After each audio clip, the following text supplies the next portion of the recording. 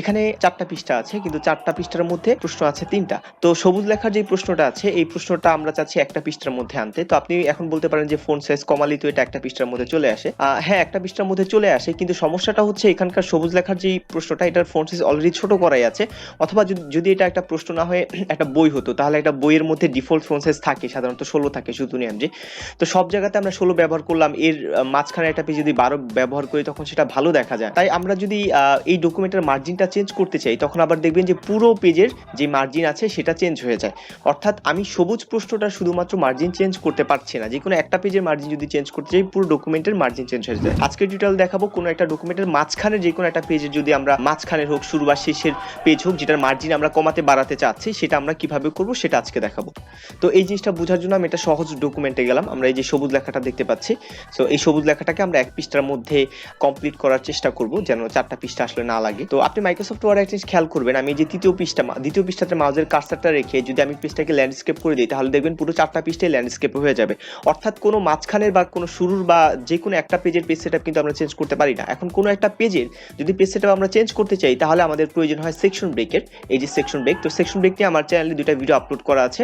আপনার যদি 2টা ভিডিও দেখতে একটু সমস্যা লাগে বা কষ্ট লাগে, তাহলে অ্যাটলিস্ট পার্ট 2 ভিডিওটা দেখে আসবেন, তাহলে এই ভিডিওটা বোঝাটা আপনার জন্য অনেক সহজ হয়ে যাবে। মাইক্রোসফট ওয়ার্ডের প্রত্যেকটা পেজ একটার সাথে কানেক্টেড থাকে, সো এই কানেকশনটা ব্রেক করার জন্য মূলত সেকশন ব্রেকের ব্যবহার করা হয়। তো মাঝখানে সবুজ পেজটা দেখতে পাচ্ছি, সবুজ পেজটা এই যে এর আগের পেজ, প্রথম পেজ এবং এর পরের পেজ, এই পেজগুলোর সাথে কানেক্টেড আছে। সো এই কানেকশনটা আমাদের ভাঙতে হবে। যদি না ভাঙি, তাহলে আগের পেজে যে সেটআপটা থাকবে এর পরের পেজে সেম সেটআপটা হয়ে যাবে। তো এই সবুজ লেখা, এই লেখাটাকে আমি এই পৃষ্ঠাটা আনতে চাই। এটা আনার জন্য আমি ইন্টার প্রেস করে আনতে পারি, অথবা একটা প্রফেশনাল সিস্টেম হচ্ছে পেজ লেআউট থেকে আমরা এই যে পেজ ব্রেক এটাকে ব্যবহার করতে পারি, তাহলে পরবর্তী পেজে চলে এসেছে। তো আমরা যদি এই হোম থেকে এই যে শো এন্ড হাইডটাকে ওপেন করে দিই, তাহলে এই যে প্রথম পৃষ্ঠা আসলে আমরা দেখতে পাবো একটা পেজ ব্রেক। তো শো এন্ড হাইড দিয়ে আসলে বোঝা যায় কখন ইন্টার পেজ ব্রেক ট্যাব নিচ্ছে, এগুলো আসলে বোঝা যায়। শো এন্ড হাইড নিয়ে আমার চ্যানেলে একটা ভিডিও আছে, এই ভিডিওটা আপনি চ্যানেলে দেখে আসতে পারেন। আর এই যে কালো লেখা, এটাও পরবর্তী পৃষ্ঠা নেওয়ার জন্য আমরা পেজ লেআউট থেকে আরেকটা পেজ ব্রেক ব্যবহার করলাম। সো এখন এই সাদা জায়গাটাতে যদি আমরা ক্লিক করি, তাহলে আমরা দেখবো পুরো লেখাটা একটা হেডারের অধীনে আছে বা একটা সেকশনের অধীনে আছে। যেহেতু একটা সেকশনের অধীনে আছে, তাই আমরা যে কোনো একটা পেজের যদি মার্জিন চেঞ্জ করতে চাই, তাহলে দেখবো পুরো পেজের মার্জিন চেঞ্জ হয়ে গেছে।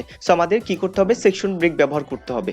সো এই সবুজ ডকুমেন্ট আমরা দেখতে পাচ্ছি, এটা এর আগের পেজ এবং পরের পেজের সাথে কানেক্টেড আছে। সো আমাদের 2টা সেকশন ব্রেক ব্যবহার করতে হবে। তো এই ডকুমেন্টের শুরুতে এসে আমরা পেজ লেআউট থেকে একটা সেকশন ব্রেক ব্যবহার করতে পারি। 2টা দেখতে পাচ্ছি, একটা নেক্সট পেজ, একটা কন্টিনিউয়াস। আমার ওই ভিডিওতে আমি ব্যাখ্যা করেছি কোনটা ব্যবহার করব। আমি যদি নেক্সট পেজ দিই, তাহলে আমি যদি নেক্সট পেজ ব্যবহার করি, তাহলে দেখবো যে পরবর্তী পেজে চলে গেছে। তো এই কারণে আমরা নেক্সট পেজ ব্যবহার করতে পারছি না। তো মাউসের কার্সারটা এই টেক্সটের একদম শুরুতে রেখে আমরা নেক্সট পেজ দিব না, তাহলে পরবর্তী পেজে চলে যাবে। আমরা অলরেডি এখানে একটা পেজ ব্রেক দিয়েছি, তো আমাদের আর পরবর্তী পেজ বা পেজ ব্রেক দেওয়ার দরকার নেই। তো আমরা কন্টিনিউয়াসটা দিব, তাহলে এখানে একটা সেকশন ব্রেক হয়েছে। তো আমরা সবুজ লেখাটাকে আর আলাদা একটা সেকশন অধীনে আনতে চাই। তো এই সবুজ লেখার একদম শেষে এখানে এসে যদি আমি এই যে পেজ ব্রেকটাকে ডিলিট করে দিই, ডিলিট করে দিয়েছি।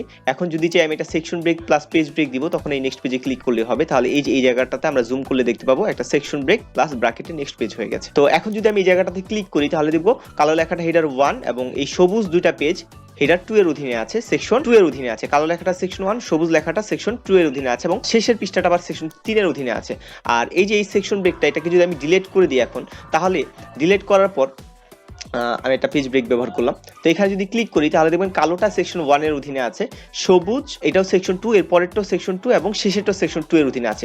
এই কারণে আমাদের 2টা সেকশন ব্রেকের প্রয়োজন হয়। তো এখান থেকে গিয়ে যেহেতু পেজ ব্রেক অলরেডি আছে, তাই আমি যেটা করব এখান থেকে কন্টিনিউয়াসটা ব্যবহার করছি। বাই দ্য ওয়ে, আমি একটু তাড়াতাড়ি কথা বলছি এই কারণ হচ্ছে এই বিষয়টা সেকশন ব্রেকের ওই ভিডিওতে ডিটেইলসে বলা হয়েছে, তাই এই ভিডিওতে আমি খুব সুন্দর করে বুঝিয়ে সময় অপচয় করতে চাই না। ওই ভিডিওটা দেখলে আপনি বুঝবেন, আর যারা ওই ভিডিওটা দেখতে একটু আলসেমি করছেন তাদের জন্য একটু তাড়াতাড়ি কথা বলছি। এনিওয়ে, সো এখন যদি আমি মার্জিন চেঞ্জ করি, সবুজ লেখাটার মার্জিনটা আমি চেঞ্জ করি, পরবর্তী পেজে কোনো ইফেক্ট পড়বে না। কিন্তু মাঝখানে এখানে আমরা দেখতে পাচ্ছি যে মাঝখানে আরেকটা পেজ চলে এসেছে, এই কারণে পেজ ব্রেকটাকে আমরা ডিলিট করে দিই, এটা আমাদের লাগবে না। তো এখন যদি আমরা টেক্সট বাউন্ডারিটাকে ওপেন করে দিই, ফাইল থেকে অপশন, অ্যাডভান্স থেকে টেক্সট বাউন্ডারিজ এটা ওপেন করে দিই, তাহলে আমরা দেখতে পাবো যে এই যে এই লেখাটার আপনি দেখতে পাচ্ছেন যে বাউন্ডারি অর্থাৎ মার্জিন কতটুকু আছে, আর এই লেখাটার মার্জিনটা কত উপরে চলে গেছে। তার মানে এইভাবে আমরা কাস্টম মার্জিন সেট করতে পারি।